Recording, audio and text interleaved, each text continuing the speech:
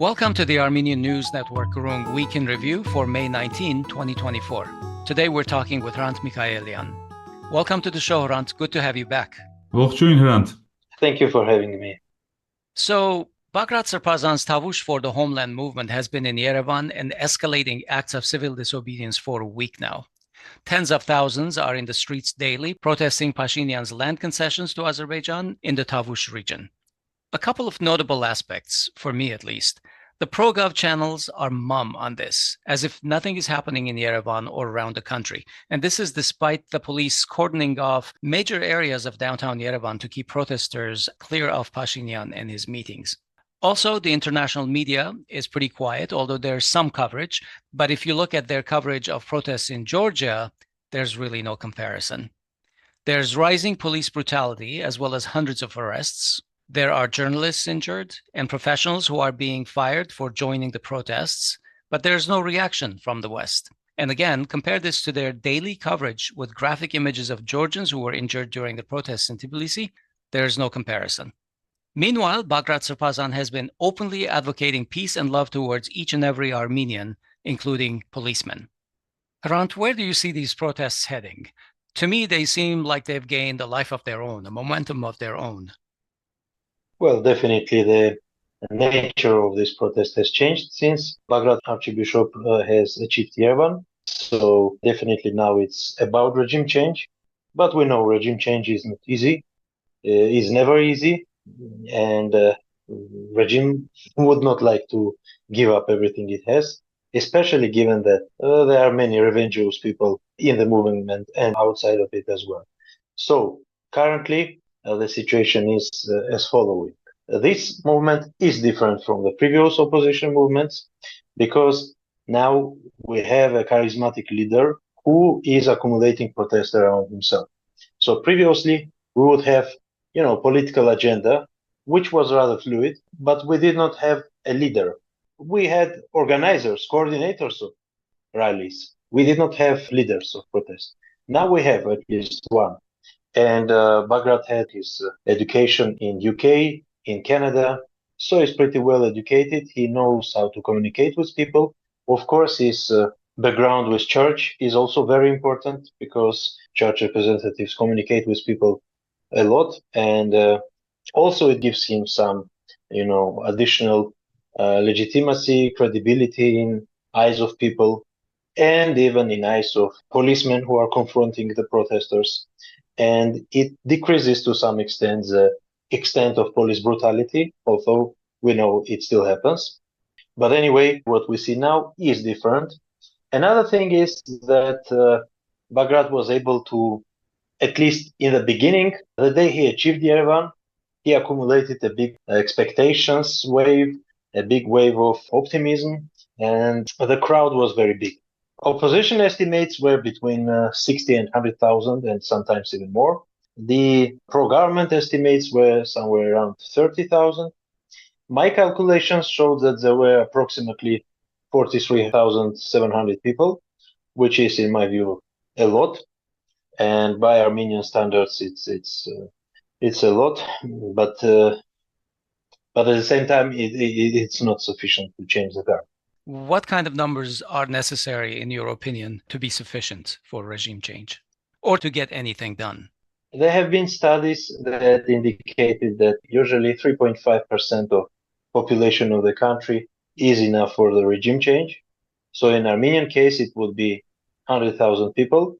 But that's, generalized number. In reality, it of course depends on political communication and strategy. In reality, even with 44,000 people, you could change the government sometimes, but in some other cases with 100,000 people, you would not be able to do that if you don't have any tactics and strategy, and if you don't know what to do after all. But anyway, this movement has indicated one important thing: the street is not for Pashinyan. The street is against him. Hrant, as impressive as it is to watch Bagrat Srbazan stay positive, especially not get angry at Pashinyan, even though they, try very hard to make him angry. Some experts and analysts say that revolutions never take place due to positive agenda. What do you think about this? Is it possible for Bagrat Srbazan to unseat Pashinyan based on the agenda of reconciliation and solidarity that he keeps talking about? Well, here we see a replication of Pashinyan's tactics, which he has used 6 years ago, because he came with promises of reconciliation, with solidarity, and so on. And we know these promises, as everything Pashinyan has said so far, were fake. But anyway, it worked because it did not let the authorities to consolidate their support. And I thought that movement was pretty safe. This time situation is different because this time authorities are consolidating their support base intensively. They are leading the political narrative, which is in this case that it's kind of Kocharan has to do with these protests and so on. And they are trying hard to demonize these protests. That's why it's not going to work as it did with Pashinyan when he was gaining power back in 2018.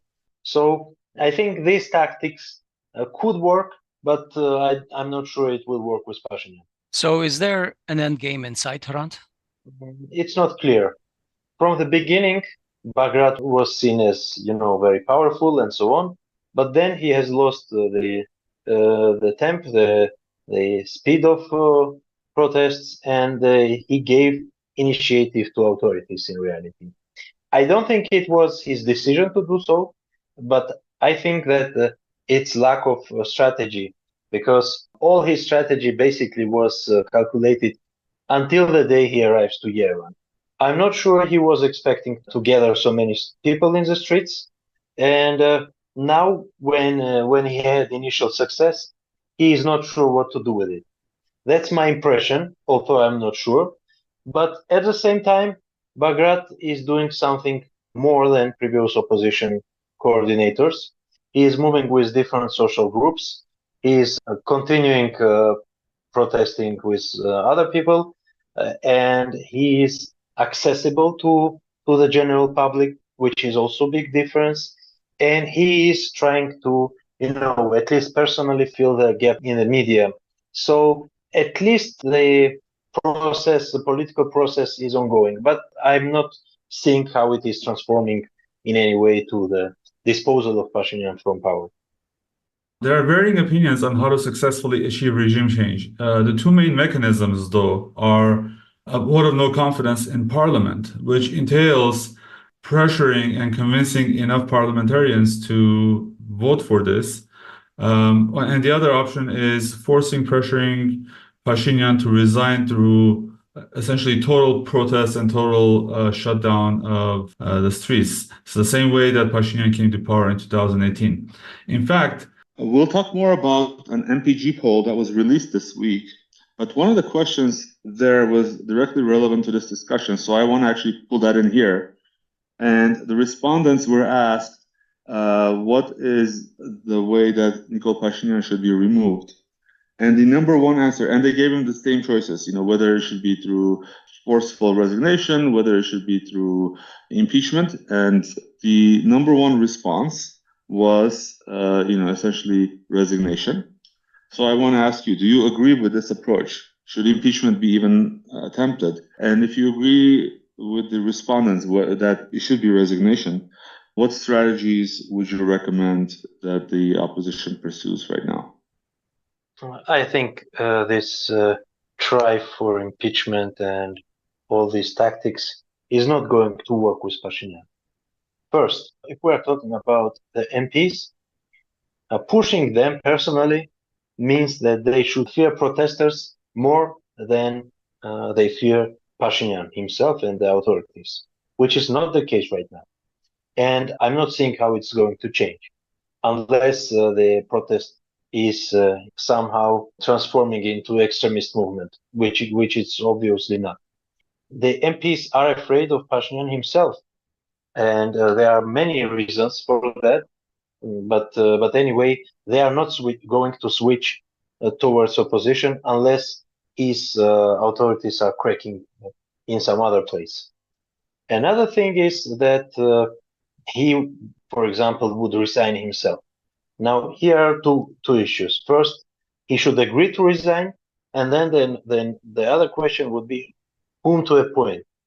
And if Pashinyan resigns and someone like Alen Simonyan becomes the next prime minister, I don't see any positive change here. So basically, the resignation itself is not a guarantee of success for this movement as well. So I think it's kind of a stalemate. They don't have any clear vision. And in reality, the authorities will do everything to stay in power unless they're pushed to get out. And I don't see how strict is going to push them, because Sargsyan's resignation had some context behind it. Sargsyan was afraid of military defeat in case he remains in power, and then there is internal turmoil. Now, Pashinyan is not afraid of that. Another thing Sargsyan was afraid of was bloodshed like March 1st, 2008. Pashinyan is not afraid of that as well. He would not like to have this kind of picture, but he is not afraid of this as well. So basically, I think this approach is not going to work unless the movement is so massive it cannot be ignored, and the public officials will start resigning in big scale. Now, the thing is that Pashinyan, especially through last 4 years, has changed significant portion of the state apparatus. So most of those who were appointed since then are politically loyal to him. So it's not going to be that easy as opposition is seeing it, and I don't even see how with this strategy they can achieve the goal. Well, yeah, hypothetically, do you see what will be the civil contract power base if Pashinyan resigns? Do you see anyone like Alen Simonyan even being able to come close to having the Pashinyan's power to keep people in fear, to keep people loyal? I just like I can't imagine myself doing that option, but maybe yeah, I would love to hear your opinion. Well, from some opinion polls, we know the figures that Alen Simonyan's support rate is a bit lower than Pashinyan's support rate. But his anti-rating is significantly lower than Pashinyan's. So basically what we have is that, yeah, technically Alen Simonyan could replace Pashinyan.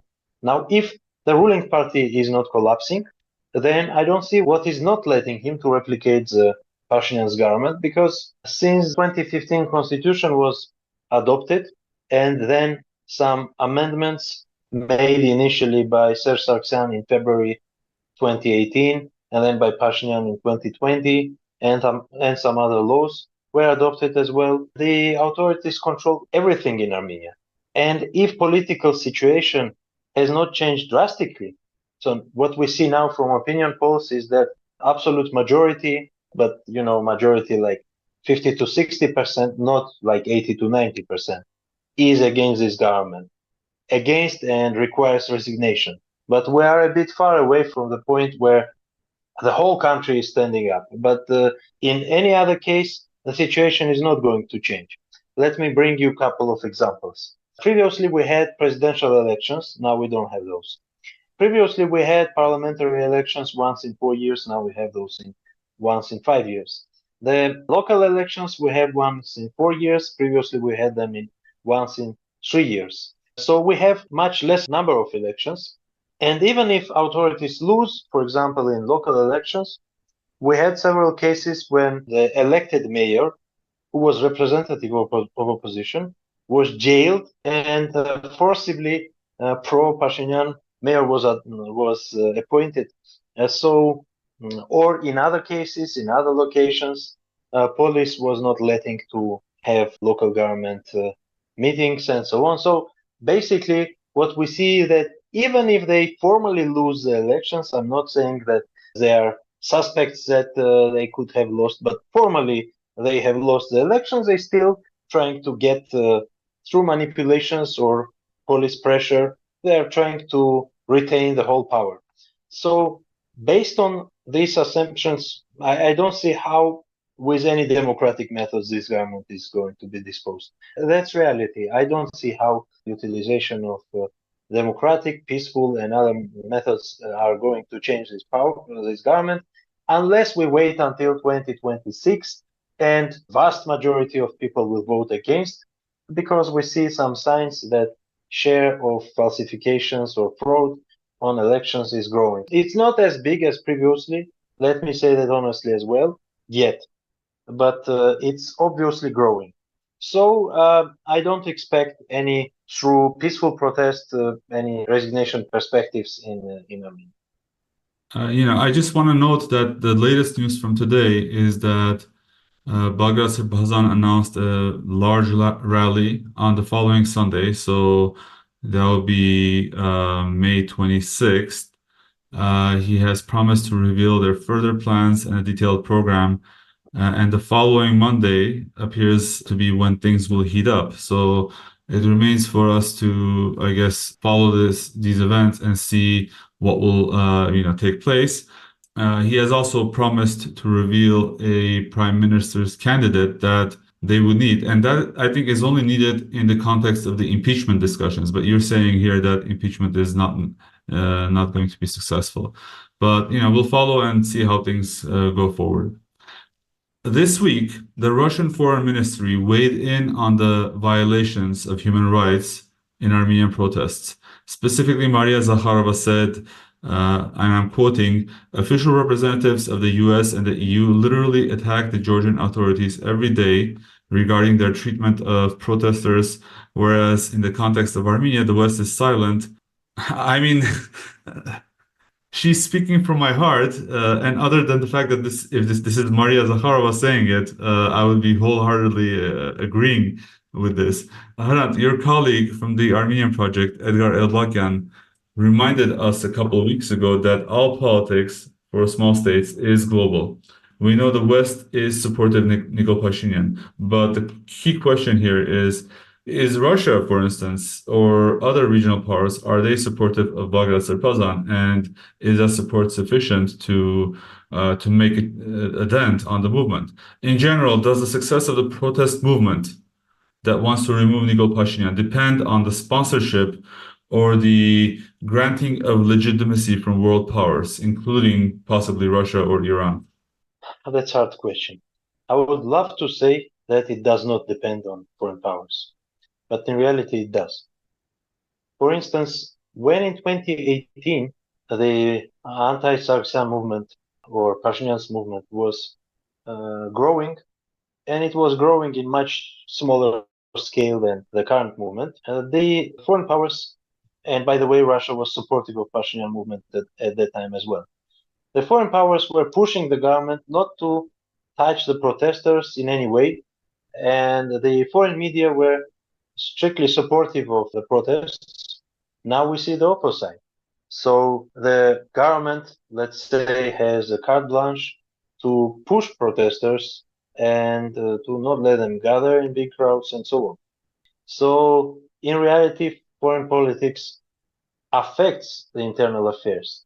Theoretically, it's still domestic, but given the capacities of local opposition, especially opposition parties, which have proven track of, losing the uprisings against Pashinyan, I think that without any foreign interference, would it be the West, the East, the South, or North? I don't know, whoever. I don't think anything will significantly change. Moreover, the things could change based on the situation in the EU, for example, the June elections, or in Georgia, for example, if the law on the transparency of foreign influence is adopted finally, or the opposite, if this law is removed, or even if the government is removed in Georgia, or, for example, how the events would develop in Ukraine, and many other variables. And yes, West is supportive of Pashinyan. We cannot ignore this. But I don't see how Russia is supportive of any other power.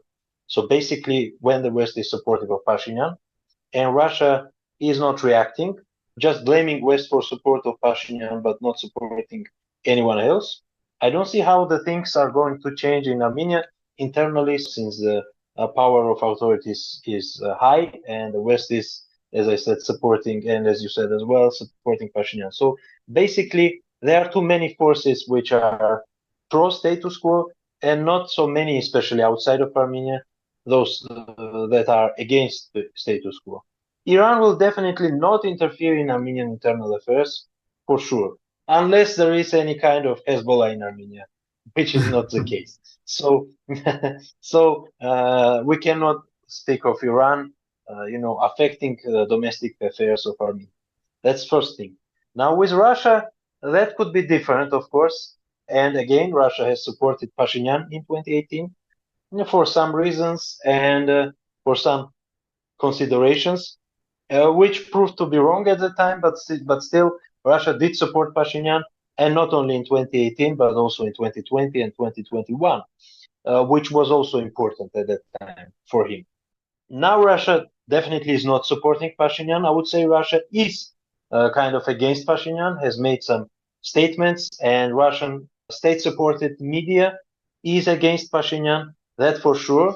But I definitely did not see any tracks that could be related to Russia in these protests, around these protests, or somehow connected to these protests. If I may be so bold as to make a prediction, I'm going to say that as soon as these protests start gathering more momentum, we're going to hear calls from the West about separation of church and state. And if Pashinyan indeed resigns, we're going to hear calls about maintaining constitutional order and allowing and supporting some other civil contract head honcho. So we'll see how it goes. But I just wanted to make that prediction on air, and then we'll see if Hovik, I'm right or not. We have already had calls for separation of church and state from all the media that is related or funded by the West. Yeah. Well, obviously, yeah, we can go down that route and say how this is not a church affair, but yeah, I think that you will be hearing those statements directly from foreign ministers and secretaries of state from Western countries. But there's something very interesting that last week Tevan Boğazyan told us. You remember, he was talking about legitimacy versus legality of a leader in this case. And those are very interesting concepts to explore. Hey everyone, let's take a quick break. And I would like to tell you about our website, podcasts.groong.org. We really strive to bring you, especially in terms of sociological data, we want to cover that very closely. And if you follow us for a while, then you'll see that whenever there is a new poll released, we actually do our best to cover that. And Hrant Mikaelian, today's guest, is our resident sociologist in that respect. So if you go to our website, which is podcasts.groong.org, there is a section called categories. And then when you click on poll, you will see all the previous polls in Armenia that we have covered, including slides from each poll, so you can get actual data. And while you're on our website, I would invite you to also click on the donate button and help us get this podcast and get this content to more people. It would be greatly appreciated. This is a labor of love for me and Asbed. Any donation would go towards increasing our reach, increasing our subscribers, and increasing the content that we produce, which we love to do for you for free. And that's the main thing, Hovik. This is not about money. This is more about the resources that we need to get more of this material out there for you. Listeners have written to us. They are interested in us interviewing certain people. They are interested in certain conversations that we should have. But it takes a lot of time to produce any one of these shows. On the average, we take about 6 to 10 hours for each show. So you can see that there are 24 hours in a day, and we can get to only so many of these shows a week. I want to remind everyone that during 2023, calendar year 2023, we produced 104 shows, and that is 2 shows a week, entirely on our time that came off of our sleep. So if we can get some help, some additional help, so that we can outsource our production efforts, and Hovik and I can concentrate on putting together the shows, That would get more of our material out there. And you know that we are 100% dedicated to truthful material and a balanced conversation and discussion of reality around Armenia and Armenians around the world. So please go to podcasts.groong.org/donate. We prefer if you pick one of the sustaining membership options.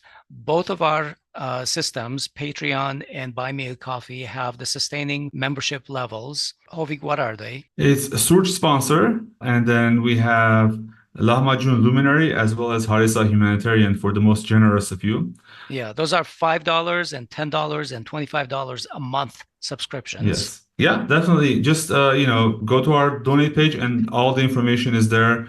Whether you choose Patreon or Buy Me a Coffee, they have recurring options. So please consider giving us, if you're donating, that's great, awesome. Now do the next step and do it in a recurring manner so that we can plan better and we can plan our expenses a little bit better. In advance, we appreciate all of your support and your listenership. Now back to the show. We're talking with Hrant Mikaelian. Yes. Well, despite the protests, Pashinyan and his ruling circles are forging ahead with their plans to give certain Tavush villages to Azerbaijan. The same maps that they are using for border delimitation explicitly mark Armenian territories under Azeri control, which are not being returned to Armenia in this deal with Azerbaijan, and which Pashinyan is conceding unilaterally. This makes the deal unconstitutional because such a land concession would require a popular referendum. Kiran's village residents continue to block roads in the region, but it's clear that the democratic process is completely broken in Armenia. In fact, even the constitutional order is just broken. And in fact, I just want to highlight the situation so that it's plain for everyone. The government of Armenia has recognized these lands that it is giving away and these properties that it is giving away as inalienable parts of sovereign Armenia. How? Well, it has done so by recognizing the votes during elections from citizens registered at those properties and in those addresses. It has recognized that these lands belong to Armenia by giving land deeds to citizens. There were some reports of people who, even during Soviet times, they had the same house. So even during Soviet times, the Soviet Armenian SSR has given deeds to these people. And in fact, it is also funding and repairing the strategic north-south highway and recognizing it as critical infrastructure, which means implicitly that it is recognizing that land as part of Armenia. But now, just yesterday, Armen Grigoryan, in an interview to Petros Ghazarian, confirmed that basically the bridge, the Kiran's bridge, which is part of the strategic north-south highway, will be also given up as part of the deal. I mean, why does Azerbaijan need a piece of the bridge? And it's not the whole bridge. It's like it seems completely ridiculous that these trades are being done, and we're just watching things happen and observe them. And as we just mentioned, under the Armenian constitution, any change of hands in property and land must be accomplished through a referendum. Yet Pashinyan is unilaterally ceding these lands. So what recourse do citizens have to keep their homes and villages, given that their own government is uprooting them from their own homes? Let me start with Artsakh. Giving up Artsakh was against Armenian laws and Armenian constitution. Pashinyan did it. Now he is doing the same with these territories. I don't want to engage in this discussion of 1976 maps. By the way, there was a redrawing of a map between Armenia and Azerbaijan in 1984 to 88, and those were in favor of Armenia, but who cares now? Now, the situation is not about the formal agreement or somehow. This is Azerbaijan's push against Armenia. They are trying to destroy Armenia's connectivity inside the country and with foreign partners. So they are blocking the roads. That's why they need the bridge. Even if they have 1 square meter on the bridge, they can put someone with a shotgun there and not let people to pass. So that's first. Then the second thing is security. So previously, Armenia had a continuous line of defense through whole border of Azerbaijan. Now with this process, Armenia is giving up many dozens of military positions, which were crucial to defend Armenia's north, around the border with Georgia, and in province of Tavush. So now, after this deconstruction of defense line in that region, Armenia will be defenseless. So it's not about 2 or 3 or 20 or even 300 square kilometers. It is about connectivity and it is about defense system. So that's what is being destroyed. Aliyev pushed for it, and Pashinyan is conducted what he wants. And I don't want to engage in discussion on whether this is Armenian land or it's not. It is definitely Armenian land. No doubt for that. And the situation is that destruction of defense line is not going to happen without any purpose. There is a purpose for sure, and the purpose is to make a second step, which will be a war against Armenia in the north. And Pashinyan is letting Aliyev to do so. No question about that. Hrant, this week, another MPG poll was released, and it was specifically targeting questions aimed at assessing the protest movement and Nikol Pashinyan's rating and so forth. We will include the slides, of course, in our show notes. Let's discuss some of those slides in more detail. Specifically, I want to go immediately to the end of the poll, and it asked the question, if elections were held the following Sunday, who would you vote for? And people listed civil contract as 12.8%, and previous polls, obviously Bagrat Srbazan was not there, but Bagrat Srbazan was number 2 at 3.9%. Hayastan Dashing was 3.5%, although there was a separate answer related to Armenian Revolutionary Federation at 0.6%. So together, those will be like 4.1%, a little bit higher than Bagrat Srbazan, and so on and so forth. But again, a majority of the people said they have difficulty to answer. That's 30.4%. And 11.2% said that they would not respond. They refused to respond.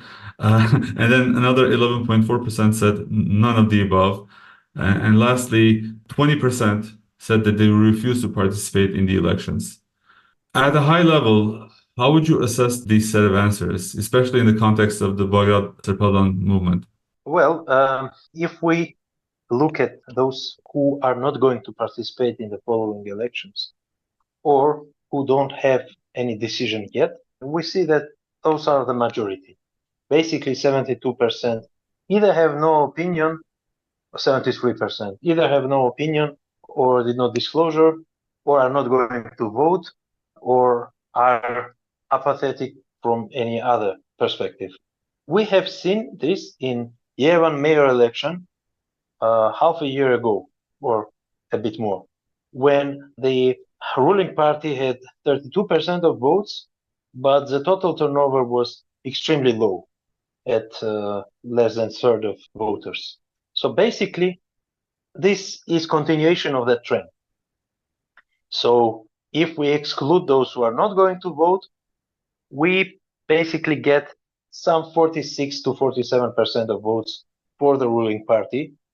I think this time it is lower than 50%, and it is also already a transition, because previously, despite the fact that the approval rate of the ruling party was continuously decreasing, so did the opposition approval rate. But now, ruling party's approval rate is decreasing faster. So this is one of the trends. Of course, Bagrat Srbazan is new to the list, and possibly he emerged from nothing. I don't think he accumulated supporters of the opposition parties, maybe some portion of it, but not majority. Majority of his supporters are those who have been apathetic previously. So maybe this is the reason why the government is now getting less than 50% if we exclude all those who are not going to participate. And anyway, what we see now is that since majority is undecided, everything could change quickly depending on how opposition and the government would behave in the future, political battles. So indeed, I believe the 12.8% is the lowest civil contract rating I've seen, at least in recent polls. However, as you said, it's still higher than Bagrat Srbazan. Can you tell me a little bit more about what needs to be done in order to move the needle? You said it all depends on how the opposition and the government conduct themselves. But is there any specific advice you would have for the opposition, for instance, in terms of strategy? Yeah, I definitely have the advice, and my primary advice would be, to take care of media, because opposition has let some very important media to shut down or let them to be consolidated in the ruling party's hands. For example, the Arm News TV channel, which was very influential, at least in Yerevan, just because of spendings, opposition decided not to fund it. It closed down, and it is part of the reason why Pashinyan still has support, let's say, and why the opposition electorate is undecided. So I think the primary thing opposition needs to do is to take care of media. Speaking of media, let's double click on that.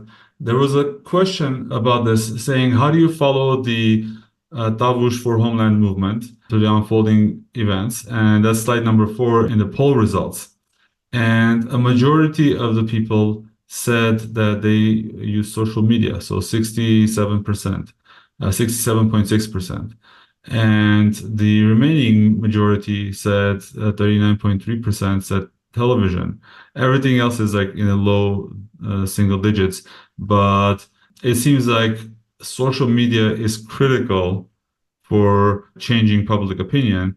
And in this sense, do you see the opposition or the government having the upper hand? Who has the advantage in social media? Definitely, government has advantage, especially in new social media. If we look at Instagram, TikTok, Facebook. By the way, Facebook is openly supporting the government. They are banning dissemination of information about the movement and so on. But to be frank, this opinion poll is not very informative. I mean, this question, because if we unite all social media under one group, this does not give us too much of information. For example, if we look at the number of views of 168 newspapers YouTube channel, those have been very high. Daily, those have been achieving 2 to 3 millions or sometimes even more, which is really high number of views daily. And if it is also social media, then we can say this is online media or even traditional media. But people do not distinguish. They just enter YouTube and watch what they see or try to seek the information about the protests, and they just consider it as like YouTube product. The same goes with Facebook, for example, TV channels or electronic media. They have their pages on Facebook and on Instagram, on other social media, and the big portion of information still comes from those. And it's not very clear from this question, and I think we need to elaborate more on that with sociologists. So also slide number 6 talks about support for the protesters. Specifically, it asks, how would you rate the behavior of the protesters? In summary, 52.1% say positive and 37.4% say negative. For reference, I pulled out the poll from 2018 by the same pollster, by MPG, and asking a very similar question. Granted, that poll was conducted between May 5 and May 8 in 2018, so almost when the snowball effect had already essentially reached momentum. In that poll, when they asked, how do you evaluate the behavior of the protesters, 98.3% said positive. Now, my question is, following the logic of what we talked about before, you said that if forcing this government to resign is the only real method, and if it is, then we need to have people on the streets, and we need to have essentially critical support from, we need the support from the populace to be in critical mass. And my question is essentially, what is that critical mass? Obviously, I mean, 98.3% is crazy, and that is an indicative of euphoria. And as I said, that it was also conducted when everything was almost settled already in terms of, what's going to happen next. So do you think that the current result, which is 52.1% positive and 37.4% negative, is that sufficient for Bagrat Srbazan's movement, or do you think that they need to work on these numbers more? Well, technically 51% or 52% or 53% could be enough. Technically, it could be enough. Again, if Armenian constitution and laws were, let's say, more forgiving in terms of, power change, instead, those were written to avoid any kind of power change. So that's a bit different situation. Now, regarding the 2018 poll, thank you for citing it. I was also remembering that poll. Yes, this is very important difference that poll was conducted after resignation of Serj Sargsyan, moreover 2 weeks after resignation of Serj Sargsyan. But anyway, definitely that time the public consolidation was higher. And I'll give you one important reason why it was higher. If now the opposition media was supportive of protesters, while state-run and government-supportive media was strictly opposing the protests, connecting them to this or that political group, blaming them for, financial machinations and any other thing, and so on, picking some episodes and pointing out and so on. And let's be honest, the CivilNet has made a small investigation and showed that there is a hate campaign against the movement and against Bagrat and against everyone who joins. This is the reason why the numbers of those who are against is high. And if government of Serj Sargsyan would do the same, would run a hate campaign against the protesters, would run a hate campaign against Pashinyan himself and so on, and would connect them to Turkey or whatever, then definitely the number of those who were opposing would be higher. But they did not. So this is the difference. So currently the authorities are counteracting, while in 2018 they did not. That's a major difference. And the second is, obviously, yet we have no power change. If, let's say, tomorrow Pashinyan resigns, then majority of those who are opposing movement will also support it. That's how politics is being done in the Caucasus. What concerns me here is that these polls seem to indicate and maybe sending a mixed message to the authorities that may be ripe for manipulation by them. There's generally a positive view of the Tavush protests and protesters, slides 4 and 6, and large numbers are following it on TV and social media, and that's slide 4. But when it comes to participation in the movement, a huge majority is not participating, and that's indicative on slide 5, and a majority do not want protesters to obstruct their lives, slide 8. So it seems to me that the Armenian people are into this movement with likes and follows, and as long as it doesn't disrupt their comfort zone.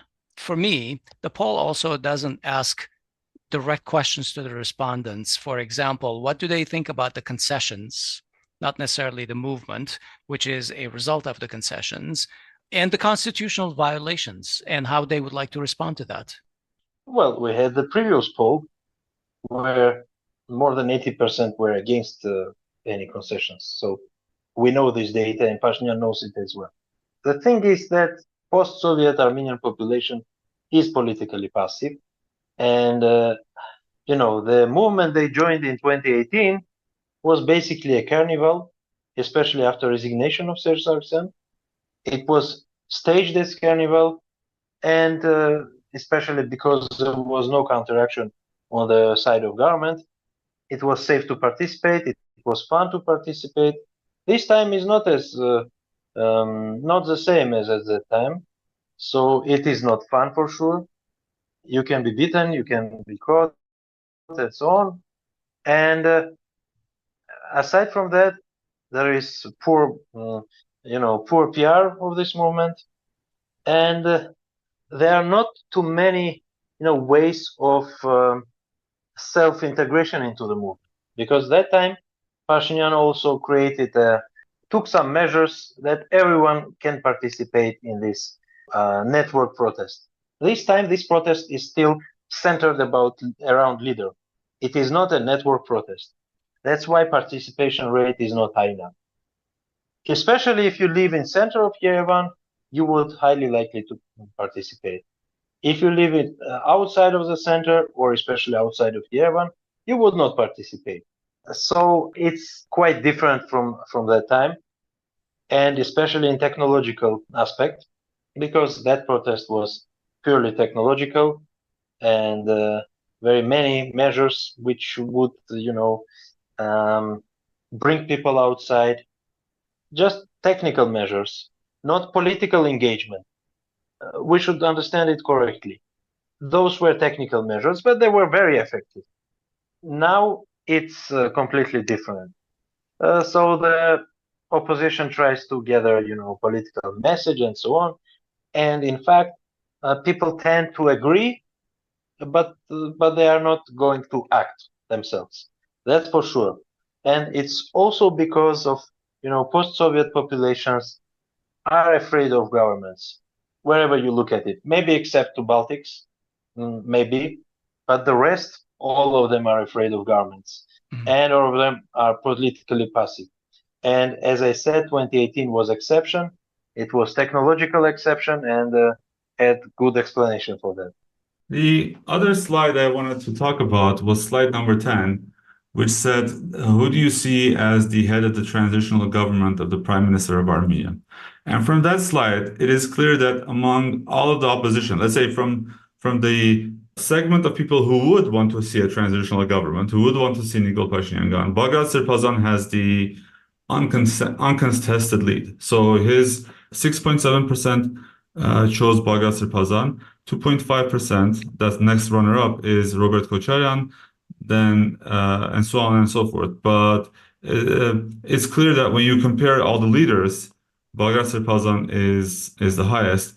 But again, 50.5% said no one, 31% said difficulty in responding. So yeah, it seems like a lot of people are still sitting on the fence. And also the other thing that I wanted to ask is, would you agree that Bagrat Srbazan is, at least right now, the clear leader in the opposition? Because there's this question about who's going to be the prime minister's candidate. And I, for one, have a difficulty in seeing who else could be this person that would unite everyone, at least everyone who is ready to unite. And it seems like Bagrat Srbazan is that person. Meanwhile, some people are talking about getting someone else from the opposition. So, how do you see this? Do you see another candidate that can be the prime minister's candidate? And also, my previous question that I said before is, do you believe that Bagrat Srbazan is the undisputed leader in the opposition right now? Well, I have two main arguments for him, and those are the following. On May 18, there was a big meeting between Bagrat Srbazan and opposition parties and political groups. And based on discussions there, they declared that they have decided, it was a joint decision by anyone who could possibly support the opposition movement, and not just usual suspects, let's say Armenian Bloc or the Dashnak Tutun or the Republican Party, who are basically the parliamentary opposition, but the extra parliamentary opposition as well. So those jointly have decided that Bagrat is their candidacy to the transitional government. That's first thing. Second is that let's take a look at the events objectively. If we consider that we have already a leader that has gathered to the streets dozens of thousands of people, which opposition was not able to do, I don't see any way how he is going to move away and give the way to someone else. It's not how politics work. That's why, as of today, there is no other candidacy except to him. Now, regarding the public expectations, let me tell you this. In 2018, when Pashinyan has started the movement against Sargsyan, in the beginning, let me say majority was supportive of the goals of the movement. So majority would like Sargsyan to resign from the beginning. That's first thing. Second thing, majority did not support Pashinyan's movement.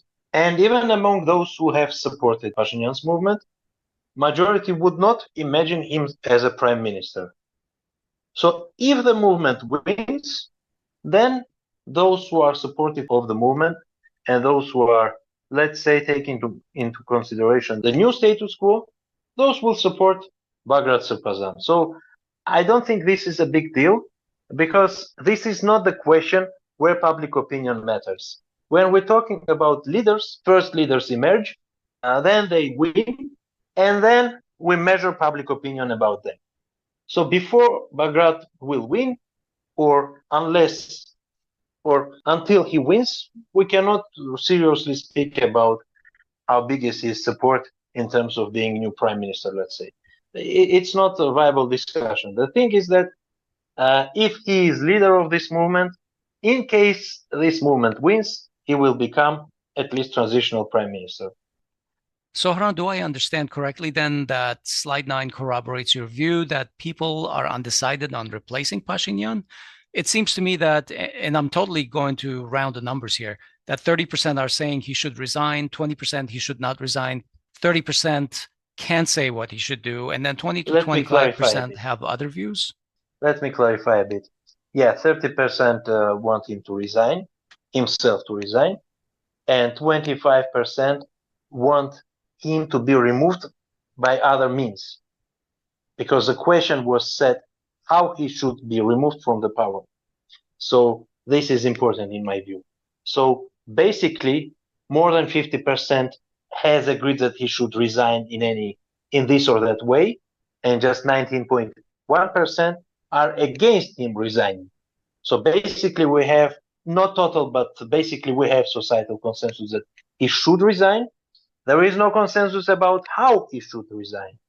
And also we have a significant portion of population, 28.2%, those who do not know how he should resign, or are not sure he should resign or not, or at least they don't have any specific answer. But again, more than 50% want him to resign this or that way, and just 19% do not want him to resign. So basically we have, let's say, not total, but general social consensus about his resignation. Another thing is that opposition did very little to transformation of these expectations into political reality. And this is not the thing Bagrat himself could do.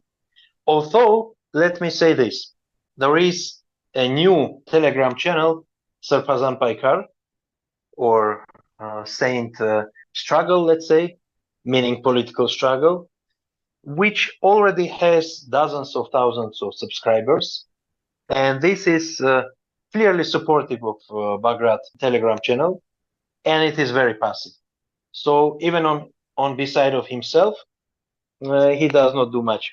But again, I think in today's terms, media is crucial, is a key to public opinion, to segmentation of public opinion, or to directing public opinion towards one or another option. And since even among political leaders there is no consensus about that, it's hard to expect any kind of consensus in general population as well. So I think the problem comes not from the general population, but comes from opposition, given if we expect this, support of resignation. And again, I want to bolden this argument that there is minority who do not want Pashinyan to resign. Just 19.1% have stated they don't want Pashinyan to resign.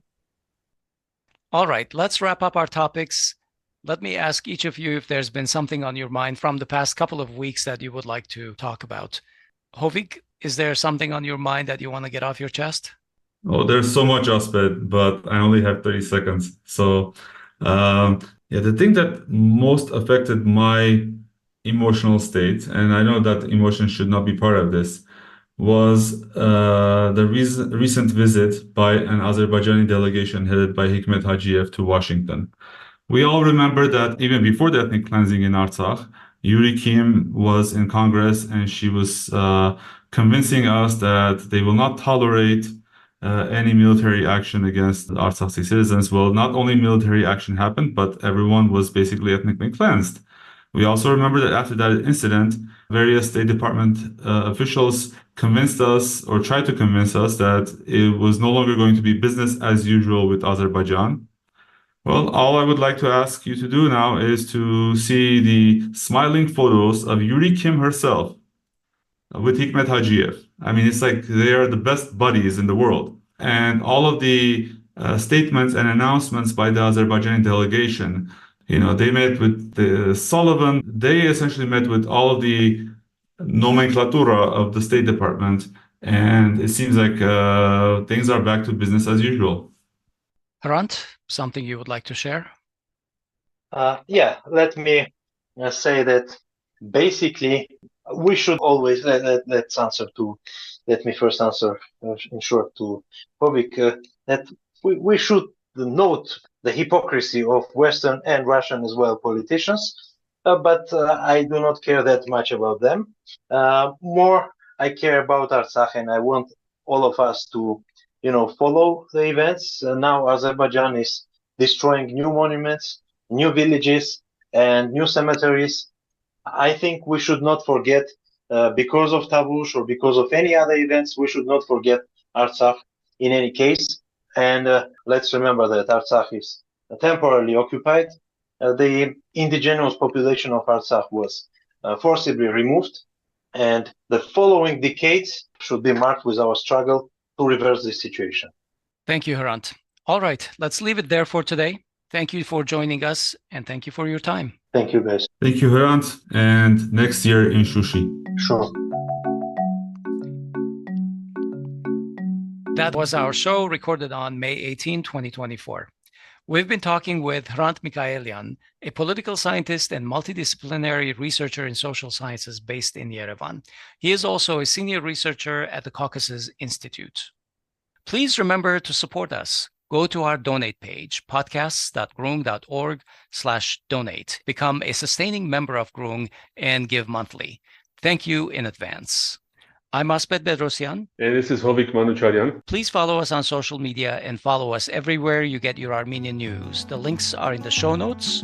Thanks for listening. We'll talk to you soon.